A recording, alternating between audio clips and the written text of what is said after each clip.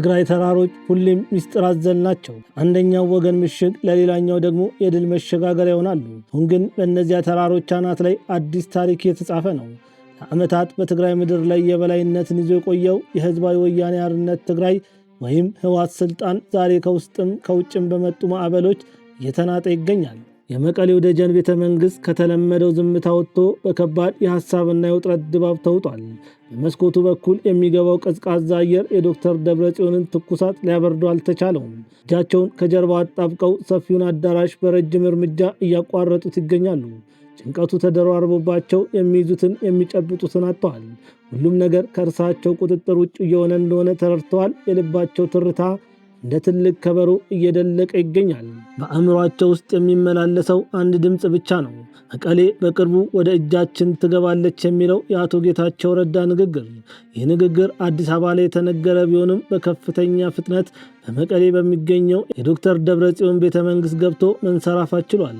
ከከተማዋ ዙሪያ ከተራሮቹ ጀርባ አዲስ ኃይል ክንፉን ዘርግቷል። የትግራይ ሰላማዊ ኃይል ወይም ቲፒኤፍ በመቀሌ ዙሪያ እንደ ሰደድ እሳት ተስፋፍቷል። ስልታዊ በሆነ መንገድ የሰብአዊና የፖለቲካ ካርታውን በመቀየር እንደርታን፣ አጋሜንና ተንቤንን ሙሉ በሙሉ በቁጥጥሩ ስር አውሏል። እነዚህ ታሪካዊ መሬቶች ከደብረጽዮን እጅ አፈትልከው ሲወጡ የደጀን ቤተ መንግሥት መሠረት እየተናጋ መጣ። ዶክተር ደብረጽዮን በቁጭትና በስጋት ወደ ሰማይ ተመለከቱ። በገዛ እጄ በደገስኩት ድግስ በገዛ ወገኖቼ እጅ ልወድቅ ነውን የሚለው ስጋት ውስጣቸውን ሰበረው። የቲፒኤፍ ጥላ በመቀሌ አድማስ ላይ ባረፈ ቁጥር በቤተ መንግሥት ውስጥ ያለው የፖለቲካ ትንፋሽ እያጠረ መጣ። በአንድ በኩል የዶክተር ደብረጽዮን ቡድን ታሪካዊውን ሕልውና ለመጠበቅ የሞሽረት ትግል ያደርጋል። በሌላ በኩል ደግሞ በአቶ ጌታቸው ረዳ የሚመራውና አዳዲስ የሰላም ኃይሎችን ያሰለፈው ጎራ የመቀሌን ቁልፍ ለመረከብ ሰዓታትን እየቆጠረ ይገኛል። ይህ ፍልሚያ የሰይፍና የጥይት ብቻ አይደለም። የሐሳብ የደጋፊ ማሰባሰብና የክልሉን የወደፊት ዕጣ ፈንታ የመወሰን ከባድ የቼዝ ጨዋታ ነው። ሊነጋ ሲል ጨለማው ይበረታል። በደጀን ቤተ መንግሥት ውስጥ ያለው ውጥረትም የትግራይን ፖለቲካ ወደ አዲስ ምዕራፍ እያሻገረ መሆኑን የሚያሳይ ማሳያ ነው። ዶክተር ደብረጽዮን በስጋትና በጭንቀት መካከል ቆመው ወደ ውጭ ሲመለከቱ ከመቀሌ ተራራዎች ማዶ የሚመጣው የለውጥ ንፋስ የቤተ መንግሥቱን መጋረጃ እያወዛወዘ ያፌዝባቸዋል። የትግራይ ሕዝብ ጦርነት ጠልቷል፣ ሰላምን መርጧል። ይህንን የሕዝብ እውነተኛ ፍላጎት አንግቦ የተነሳው የትግራይ ሰላማዊ ኃይል ወይም ቲፒኤፍ የህወሓትን አሮጌ መከላከያ ግንቦች እንደ ክርታስ እየቀደዳቸው ይገኛል። ሰባ እንደርታን፣ ታሪካዊቷን አጋሜና የማይደፈረውን ተንቤን መብረቃዊ በሆነ ፍጥነት በቁጥጥር ስር ያዋለው ሰላማዊ ኃይል ዛሬ መቀሌን ከቧታል። ይህ ስልታዊ አጥር በመቀሌ ዙሪያ ሲደገስ በደጀን ቤተ መንግሥት ውስጥ የተፈጠረው ድንጋጤ ግን ወደር የለውም። ዶክተር ደብረጽዮን ገብረ ሚካኤል የትግራይ ህዝብ ከጎናቸው እንደሌለ በተረዱበት በዚያው ቅስፈት ክንዳቸው ዝሏል፣ ስልጣናቸውም እንክትክት ወጥቷል። ሰላማዊ ኃይል ያደረገው አስደናቂ ጉዞና ህዝባዊ ተቀባይነት በደጀን ቤተ መንግሥት ውስጥ ለዘመናት የኖረውን ትዕቢት አክስሞታል። ደብረጽዮን ዛሬ መሪ ሳይሆን በገዛ ቤተ መንግሥታቸው ውስጥ የተከበቡ ምስኪን እስረኛ ሆነዋል። ሰላም ጤና ይስጥልን ውድ አድማጭ ተመልካቾቻችን፣ ይህ መሃል ሚዲያ ትንታኔ ሰዓታችን ነው። የመቀሌው ደጀን ቤተ መንግሥት ዛሬ የባዶነትና የተስፋነት መቁረጥ ምሽግ ሆኗል። የትግራይ ሰላማዊ ኃይል ወይም ቲፒኤፍ በህዝባዊ ማዕበል ታጅቦ ያደረገው አስደናቂ ወታደራዊ ግስጋሴ የህወሓትን መሪ ዶክተር ደብረጽዮን ገብረ ሚካኤል ሊቋቋሙት ወደማይችሉት የጭንቀት ገደል ከቷቸዋል። እናም ዛሬ ያ የማይነካ የሚመስለው ታናሽ ንጉሥ የሰላማዊን ኃይል በትርና የፌዴራል መንግሥቱን ቁርጠኝነት መቋቋም አቅቶት የመጨረሻውን የድረሱልኝ ጥሪ ይዞ ወደ ኤርትራ በድብቅ መፈርጠጡ ታውቋል። ይህ ጉዞ ተስፋ የቆረጠ መሪ ወታደራዊ እርዳታ ለመለመን ያደረገው የሽንፈት ጉዞ ነው። የዛሬው ትንታኔያችን ቲፒኤፍ መቀሌን መክበቡንና ደብረጽዮን ወደ አስመራ ያደረገውን ጉዞ ይመለከታል። ትንታኔውን በማዘጋጀት እኔ ቢንያም ከድር አብሬያችሁ የምቆይ ይሆናል። እስከ ትንታኔው ፍጻሜ ድረስ አብራችሁ እንድትቆዩ በመጠየቅ ካፍታ ቆይታ በኋላ በቀጥታ ወደ ትንታኔው የምናልፍ ይሆናል። እስከዚያ ሚዲያችንን ሰብስክራይብ፣ ትንታኔውን ደግሞ ላይክና ሼር ማድረጎትን አይዘንጉ። በ5 ሚሊዮን ብር ብቻ ለ10 ቤቶች የወጣ ልዩ ቅናሽ በውቢቷ ሲኤምሲ አፍሪካን ኮንቬንሽን ሴንተር ፊት ለፊት ምንም አይነት የብር ጭማሪ የሌለበት በካሬ 98000 ብር ብቻ ከ50% የባንክ ብድር ጋር የተመቻቸ በ10% ቅድመ ክፍያ ጀምሮ ባለ 1 መኝታ በ720 ብር፣ ባለ 2 መኝታ በ1 ሚሊዮን ብር፣ ባለ 3 መኝታ በ1.3 ሚሊዮን ቅድመ ክፍያ። በተጨማሪም በጣም ውስን በሆኑ ቤቶች ላይ የተደረገ 30% ቅናሽ በካሬ 74000 ሺህ ብር ብቻ። እንዲሁም በውስጡ ጂም፣ ስፓ፣ የልጆች መጫወቻ፣ የመዋኛ ገንዳ ከበቂ ፓርኪንግ ጋር አዘጋጅተንሎታል። ለበለጠ መረጃ ስክሪኑ ላይ ባለው ስልክ ይደውሉ። ድሪም ቢልደርስ ሪል ስቴት።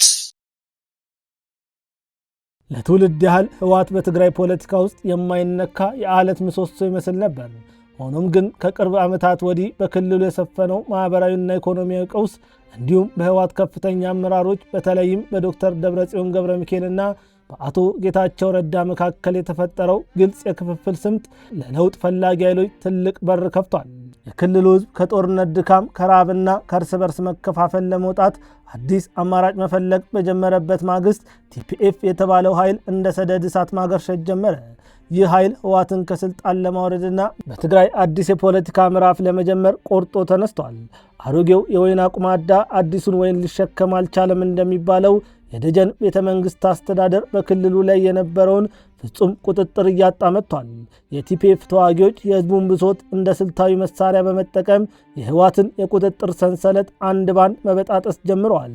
የቲፒኤፍ ወታደራዊ ስትራቴጂ እጅግ አስገራሚና ፈጣን ነበር። የጦርነቱን መልክ የቀየሩት ዋና ዋና ክስተቶች የተከናወኑት በታሪካዊና ስልታዊ ይዞታዎች ላይ ነው። አንደኛ፣ የሰባቱ እንደርታ ምሽግ መፈራረስ። እንደርታ ለመቀሌ መናገሻ ከተማ ዋስትናና ጋሻ ነበረች። ቲፒኤፍ የህወሓትን የመከላከል መስመር ሰብሮ እንደርታን ሙሉ በሙሉ በቁጥጥር ስር ሲያውል የመቀሌ ደህንነት አደጋ ላይ ወደቀ። ይህ ድል ለቲፒኤፍ ወታደራዊ ሞራልን፣ ለደጀን ቤተ መንግሥት ደግሞ የመጀመሪያውን መርዶ ይዞ መጣ። ሁለተኛ፣ የአጋሜና የተንቤን ተራሮች መውረር። ደብረ ጽዮንና ታማኝ ጀነራሎቻቸው ሁልጊዜም ለከፋ ቀን መሸሸጊያ ያደርጓቸው የነበሩት ጠንካራዎቹ የታሪካዊ ተንቤንና የአጋሜ ምሽጎች በቲፒኤፍ እጅ እየገቡ መሆኑ ተሰምቷል። ይህ ደግሞ የህወሓት ታማኝ ኃይሎች ወደ ኋላ ፈግፍገው የሚደራጁበትን ስፍራ እንዲያጡ ያደርጋል። ዛሬ መቀሌ በቲፒኤፍ ኃይሎች ዙሪያዋ ተከቧል። ከተማዋ ከሩቅ ስትታይ ሰላማዊ ትምሰል እንጂ በውስጧ ግን የለውጥ ፍንዳታ እየተጠባበቀች ያለች እሳተ ገሞራ ሆናለች። የከተማ መውጫና መግቢያ በሮች፣ ስልታዊ የሆኑ ኮረብታዎች በሙሉ አዲሱን ባንዲራና አዲሱን ኃይል ያስተናግዳሉ። በመቀሌ እምብርት ላይ የሚገኘው ደጀን ቤተ መንግሥት አሁን የውጥረት ማዕከል ሆኗል። የቤተ መንግሥቱ ባለሥልጣናት አይናቸውን ወደ ውጭ ሲወረውሩ የሚያዩት ነገር ቢኖር ቀስ በቀስ እየቀረበ የመጣውን የከበባ መስመር ብቻ ነው። ዶክተር ደብረጽዮን ገብረ ሚካኤል በአዳራሹ ውስጥ ብቻቸውን ወዲያና ወዲህ ይላሉ።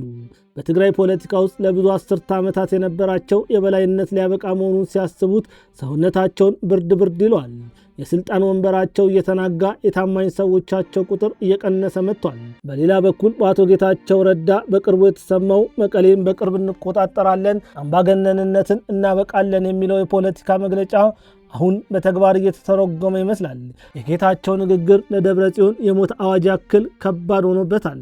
የቤተ መንግሥቱ ግንቦች ሳይቀሩ የቲፒኤፍን የከባድ መሳሪያዎችና የእግር ጉዞ ድምፅ የሚያስተጋቡ ይመስላሉ። ፍርሃቱ የሥነ ልቦና ብቻም አይደለም፣ ከከተማዋ ዙሪያ የሚወጣው እውነተኛ ወታደራዊ ጫና ነው። ይህ በትግራይ ምድር ላይ የሚካሄድ ፍልሚያ በክልሉ ብቻ የተወሰነ አይደለም።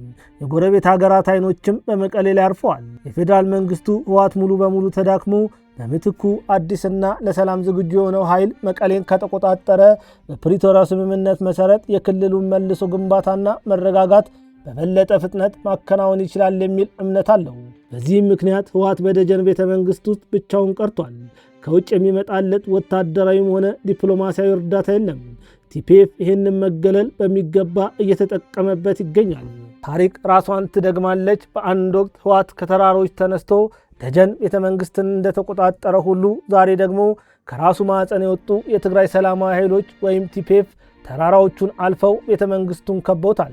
የደጀን ቤተ መንግሥት ውጥረት የትግራይ ህዝብ ለዓመታት ከኖረበት የጦርነትና የስጋት አዙሪት ወጥቶ ወደ አዲስ የሰላምና የዲሞክራሲ ጎ ለመሻገር እያደረገ ያለው ከባድ ምጥ ማሳያ ነው። መጋረጃው ሊወርድ አዲስ ምዕራፍ ሊጀምር ጥቂት ጊዜዎች ብቻ ቀርተውታል። ህወሓት በዶክተር ደብረጽዮን መሪነት ስልጣኑን ለማራዘምና በትግራይ ጊዜያዊ አስተዳደር ላይ መፈንቅለ መንግስት ለማድረግ ጽምዶ የተባለውን ቡድን አደራጅቶ እንደነበር ይታወሳል። ይህ ቡድን የጥፋት የጦርነት ናፋቂነትና የክልሉን ሰላም የማደፍረስ ተልዕኮ የነበረው ስብስብ ነበር። ነገር ግን የሰላማዊ ኃይል ወታደራዊ ጫናና የፌዴራል መንግስቱ ጠንካራ አቋም ሲደመር ጽምዶ ዛሬ ላይ እንደ ናዳ እየተናደ ይገኛል። የቡድኑ አባላት እርስ በርሳቸው እየተወነጃጀሉ፣ አንዳንዶቹ እጅ እየሰጡ፣ ሌሎቹ ደግሞ መሪዎቻቸውን ጥሎ በመፈርጠጥ ላይ ናቸው።